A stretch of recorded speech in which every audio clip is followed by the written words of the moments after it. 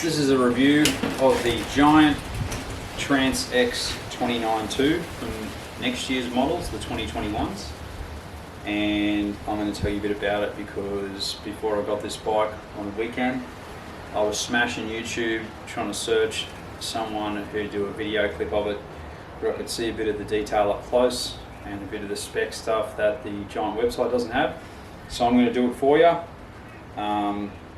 This review is coming from a person who thinks that SLX is the working class XTR, and also, just like my shirt says, 100%, I like to ride it about 85%, 90% of the time, and then on my favourite trails I bump it up from 80 up another 15% on ones I like, and then the ones I really like I give the last 11% on those ones to make it 106%.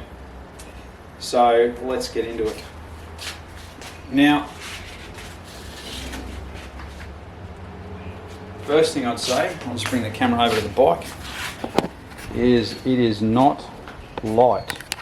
So if you are looking for a lightweight shredder, this probably is not the one for you. My previous bikes, all over the last 15 years, apart from one Specialized and one Trek, have been Giants. My current bike, I've still got it in the garage, is a 2019 Trance Advanced Pro 129er. That's a mouthful. It's the carbon one with GX running gear and performance shocks and DPX2 piggyback rear shock. So it's a bit of a flyweight flyer, and that, the way I've got it set up on a size large, is about 13.8 if you're a weight weenie and you're counting. And that's with XT trail pedals. And this one here, the way it's set up right now in a large, is 15.4, so it's quite a bit heavier. And I do notice that weight mostly where the climbs are on a, around that gentle continual up. Where it's steep, you don't really notice it because it's a great climbing position that seat puts you in with the Geo. Yeah, and the technical rough climbs, you don't notice it because it's so good, but those other ones where you might just go one gear harder, you're probably not going to do it on this bike. However, it descends like a demon, way better than my carbon Trance. So let's get in and have a look. I don't know where to start. Let's start at the top. So you can see here I've changed the stock Giant grips out, and I've put some I think they're lizard skin North Shores. I got them because they look like the Auri ones that I like, but they weren't in stock at the time. You've got an SLX front shifter there. Sorry, my focus is a bit bad. SLX shifter. And then around the front you've got the generic series looking 501 lever, and I would describe it as being exactly like the XT lever was 3 years ago in the way it feels and the way that it performs. Down the bottom, I'll go to the other end of the brake. Down here it's a 4-pot brake caliper, and it's their 520 series, and I would describe it like being probably the same power as XT 3 years ago. It's got resin pads, and if you're like me, there's a few things in life that you hate, resin pads and e-bikes. Then I was hunting around looking for a set of metallic ones, but those ones are really good. The resin ones that come in there, way better stopping power than my Guide RS brakes I've got on my last bike on a 180 rotor front and rear. So really impressed with that. Don't know how they go in the wet. Cross that bridge when we come to it. I'll trim my bars down to just over 770 because that's how I like them. I guess the reason for that is a lot of my riding, my local trails in Brisbane, like at Cornubia, Bayview, Cleveland, and not so much Daisy, but there's a few trees there that stop you manoeuvring the bike as well. And I don't have big shoulders. What else we got? So you can see I spent a bit of time setting it up. Over here too, I've got my wolf tooth leather, which is about nearly 4 years old. I put that from bike to bike. I'm on my second bearing in it. but it's just a million times better than the stock Giant one that comes on there. Not that it's bad, but that's better. It has, coming down here, it's got the Fox 36 Rhythm. It's my second set of rhythm forks I've had. These have got a high gloss sort of finish to them, which didn't really like at first, but when you get a bit of dust on them, they look okay. 150mm of travel, big, thick, strong stanchions. And today was my first ride on the bike. I went to Hidden Vale with a mate, the Esk Flyer, S.A. Bundy, real name. And yeah, we did Divine, if you know the trails out there, we did Divine, Skyfall, which was turd fall today because the cows had been in there and wrecked the track. Snappy Turtle, Trailer Thrash, and Plain Sailing and a couple of little ones. And on Divine it was magic.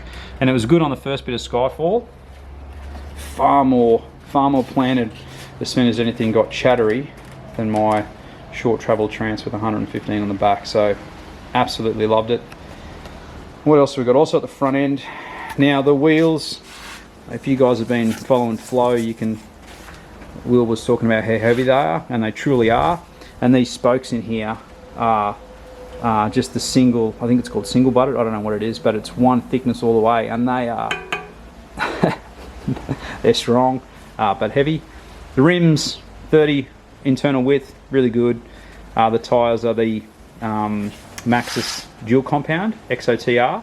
They're not 3C, but they're fine, really fine.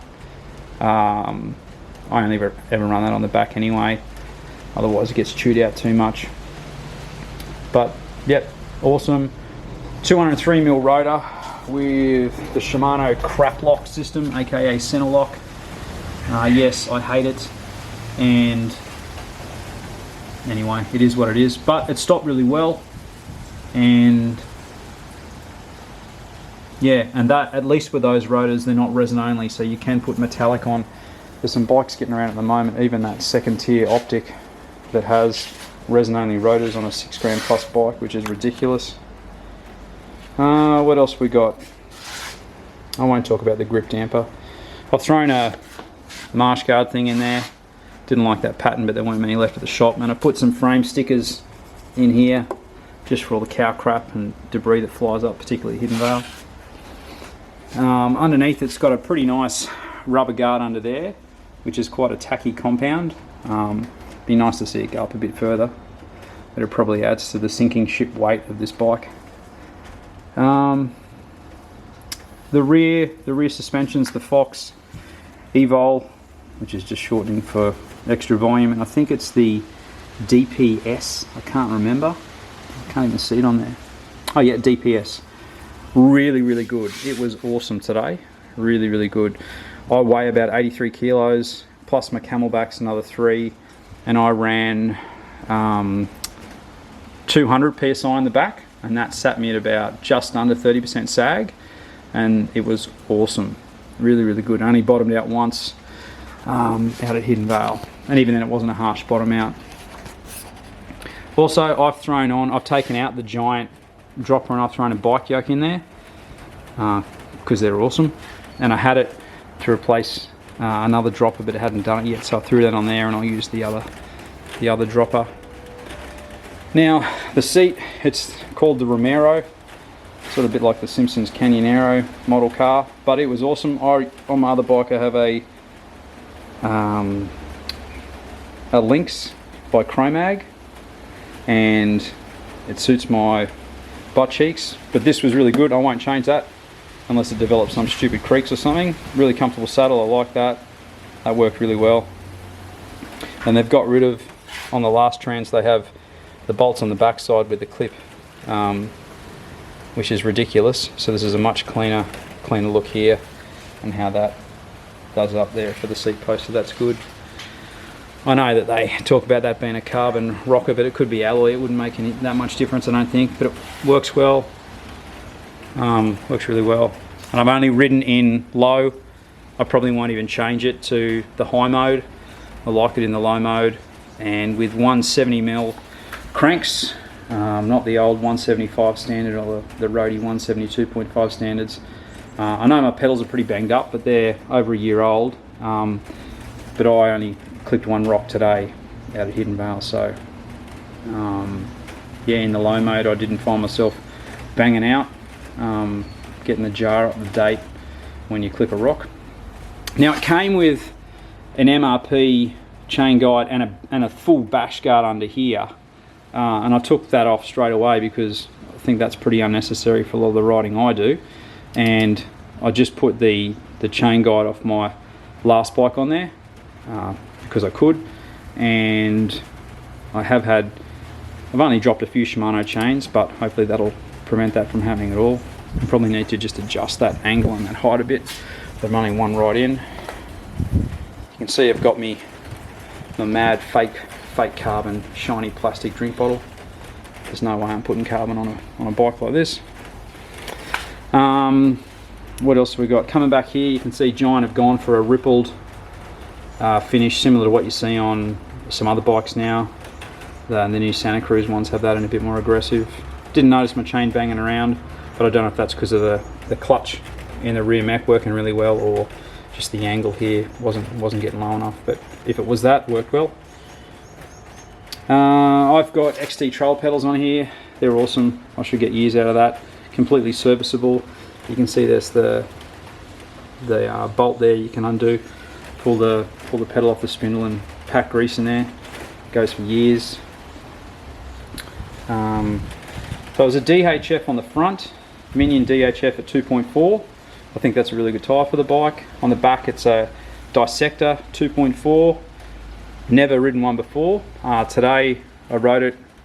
I'd describe the way it corners a bit like a high roller, but it rolls fast when the bike's upright, more like an Ardent or something like that. It took, like you can see, there's a bit of a, quite a gap there, and if you didn't tip the bike over, you'd slide into, you grab that side knob, which I don't know, some people like that feeling, so that's fine.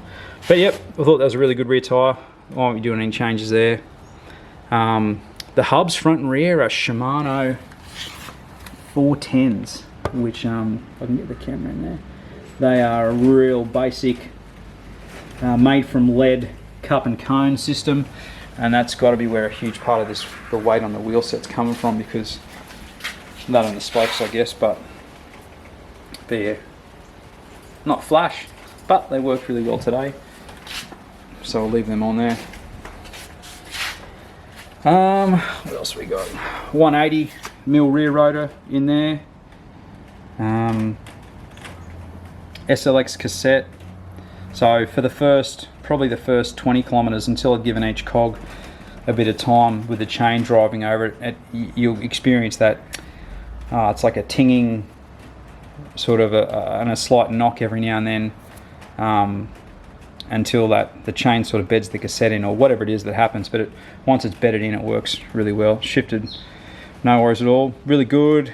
Like all dinner plate sized granny gears, when you're in it, there's a bit of resistance, but if the ground's rough under you, you barely notice it. So that was sweet. And yeah, the SLX rear mech, there's no way I'll be changing that. That worked sweet as. Just gotta,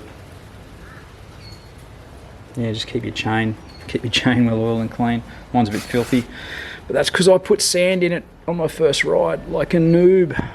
Anyway,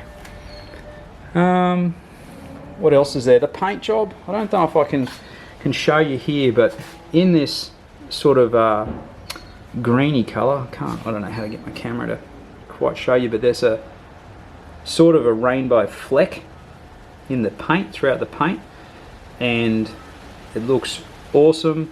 And the words Trance X there, the polished alloy sort of finish coming through, although it is raised, so maybe it is a sticker or something they put on just to look like alloy. The only place Giant is written on the bike, praise the Lord, because Giant have overplastered their bikes before, is here in that polished alloy writing as well. So it's a great looking bike, understated, which is rare from Giant. I'm trying to think about other things. Yeah, so the shifting, the SLX levers, I found myself, because I've had an XT before, trying to push through the first click to get that second. like that double down XT shifting, but the minute you just remember it's one click, you go crazy just like it's, you know, SRAM stuff, and it's awesome. Felt good at the lever, sounded good at the back. There was a cable that rattled, but once I just got a bit of the tension out against the zip tie down here and got it right, it was sweet. Really quiet ride for the whole ride. It's a 30 tooth front chainring. For some of you who are absolutely crazy when the trail heads down, you might want to put a 32 on there, but for me it was awesome. I was really impressed with if anyone's ridden Riders Creed up, they know how frustrating and bumpy and rocky it can be, a bit of a momentum killer, but this bike handled it beautifully, even though it's a bit of a heavy lug. I will be changing out the wheels at some stage, and I'll hang these up in the shed as a backup, just to bring the bike's weight and that acceleration resistance you feel down a bit. But to give you an idea, to compare it to the Trance 29, which really, even with its great suspension, if you're coming across rough into a corner or you're starting to tip your bike over and there's chatter into a corner, it just can be a bit skatey on the surface. Whereas you tip this one over and just the extra length that lets you use more of that start of the stroke, it just keeps the tyres on the ground more often under braking or under chatter.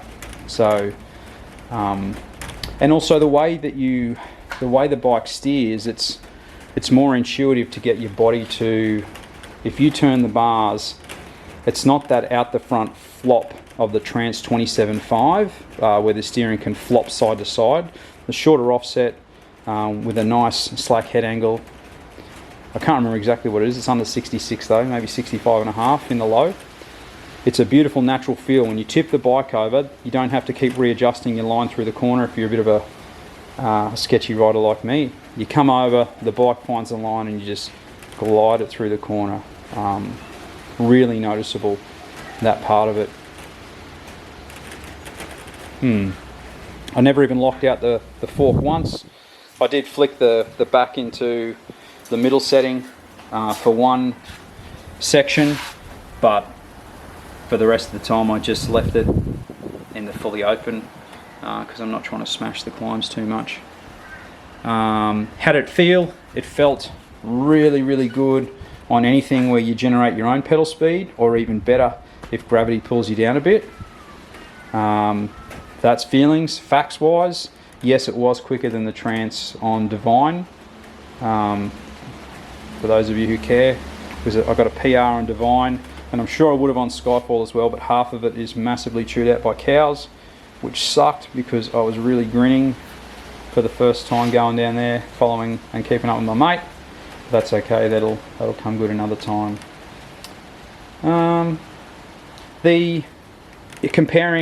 Comparing bike setup and geometry, in a size large, this one, if you measure from the top of your headset to the ground, it's actually almost the same height in here to the ground as my other Trance, so it's really easy to set my spaces the way I have it on my other bike. It's really easy to tilt the bar exactly the way I had it. The reach on paper is slightly longer, but having the saddle the way I've got it here, and being I've got quite a long inseam, even though my arms aren't that long. It was a really, really similar position, with the exception that you felt, and it could be fact as well, but you were just a bit further forward, which made climbing, particularly up rough stuff, even though it's a tank, you just kept spinning and it really walked up it quite well. So that part of the reviews you've heard from other people, I reckon, is true. Well, I reckon that's about that. I just wanted to put it out there, so if anyone else is thinking about getting the bike, they can have a look at it. Let's take the camera in and show you a few bits and pieces.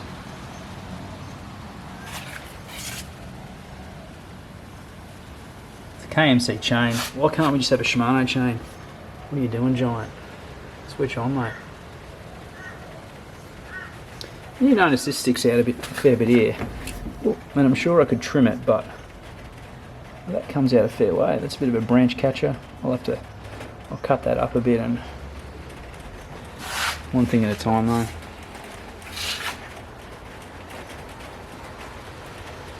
That rear suspension, awesome. Won't be changing that. Performs so well. And the SLX cranks, well, how can you go wrong? It's the poor man's XTR. Let's ride it.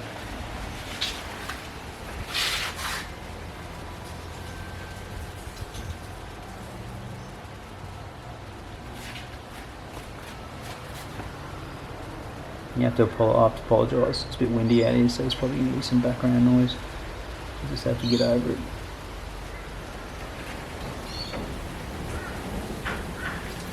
That's about it. Really good bike. Enjoy.